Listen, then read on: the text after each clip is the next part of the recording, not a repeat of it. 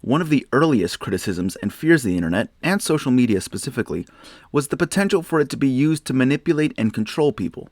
The benefits of social media is that it can connect millions of people, allowing information to spread in a degree unimaginable in human history until this point, allowing people to share ideas, collaborate, give advice, and help one another anywhere on Earth. However, with such a powerful network connecting a good portion of the world population, naturally there are people who wish it to use it to control others, like honestly with anything else they could. One of the more duplicitous methods is fake bot accounts. Most prevalent on platforms such as Twitter, Instagram, Snapchat, anything where you don't need someone else's consent to follow them. It's not like a take and give relationship the way Facebook is. Most of them are fairly obvious at first glance. If you ever get a friend request or a follow of an account you don't recognize that has very little to no evidence of any legitimate engagement in the past, such as no other following relationships, no one following them, no friendships, or the account having been made in the last couple days, which you can actually check on certain accounts. Um, and usually you can tell first glance. Most of these are pretty upfront, asking for your credit card info, personal details, giving you very sketchy links up front, etc. Stuff like that. Most of them you'll be able to tell what they want pretty quickly.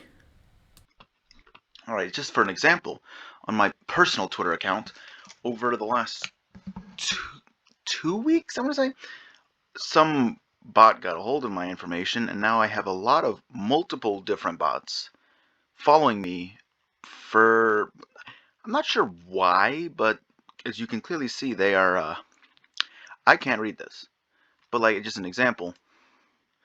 For example, you can see joined March 2022 and basically no other actions ever done but one tweet.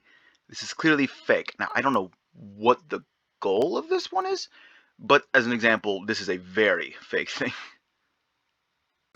These kind of things are used for a variety of reasons, the most notorious being for political purposes. Bots have been found to exist only pretend to be a real person, such as something like, Jonathan Frank from New Hampshire or something like that, and comment on other posts and make posts, whatever, to create the illusion that an issue has more vocal supporters than it does, or create the illusion that there are more supporters of an issue than there actually are. Both sides have used this, and oftentimes it's not even a necessary political party, it's just a supporter of them. One of the more straightforward kinds of manipulation is controlling advertisements. And it's been used to some degree for centuries. As long as advertising existed, people have used it to attempt to influence people. I mean, advertising by its very nature is meant to influence you, convince you to buy whatever it is they're selling.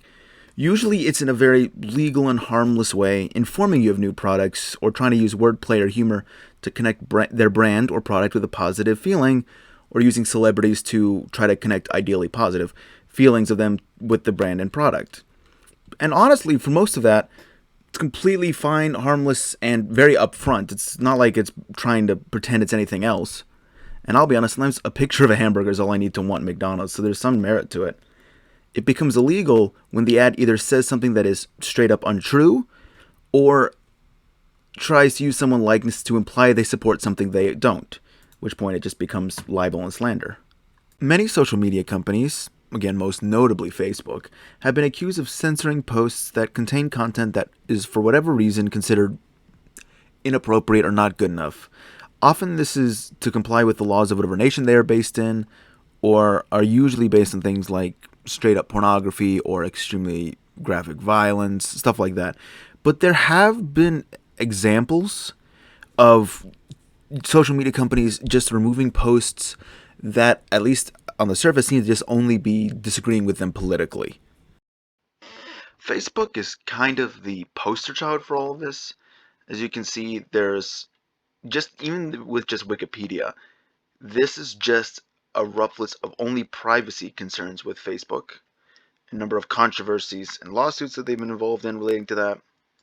This is an example of a bunch of censorship things that Facebook's been involved in. And this is just a whole long page of just all the different criticisms that Facebook has, most of which fall under some degree of social media engineering. A story that kind of summarizes a lot of what we discussed is a time Meta, who is what Facebook has now called themselves, I'm not sure why they changed their name, has been sued by multiple Australian companies and the Australian government because of accusations that Facebook had been, at the very least, allowing, if not outright making, advertisements supporting cryptocurrency and NFTs using the likenesses and other parts of actual Australian governmental officials and other public figures, trying to imply that they are supportive of a position they are not, and using their own technology and platform to justify this. Now, we don't have time to get into why cryptocurrency is a problem. That's a different topic. But it was very blatant and got Facebook in a lot of trouble. Although a story that more generally directly focuses on the actual pure social engineering and nothing else is that Facebook has multiple times been accused and oftentimes proven of deliberately performing experiments on their collective customer base. My initial example, which was not super controversial, was doing experiments that proving that if that, you know, those buttons that you can like click there say I voted and all that pride and all that, it's a thing where you can do. They found that if you put people who had already voted and tied them into those things, people who were friends with them, it would encourage people to use it and encourage people to vote, which was kind of small and insignificant and not a huge deal. But since then, multiple times, Facebook has been found to be deliberately doing significantly more bizarre, including a time that they had concluded that, and this is studies within Facebook had proven this, that the information leaked from them, that they were finding a way to deliberately control what posts people saw to be able to see how much they could control people's emotions via social media, which was not popular and is literally probably the most literal example and simple example of social media manipulation that is possible. I know it seems like this is only really focusing on Facebook, who admittedly is again, huge poster child for this because of their multiple times. But, okay, essentially all companies with social media are guilty of social media manipulation to some degree. Arguably, social media itself is a form of social media manipulation. The problem is there's a line there, like with all things.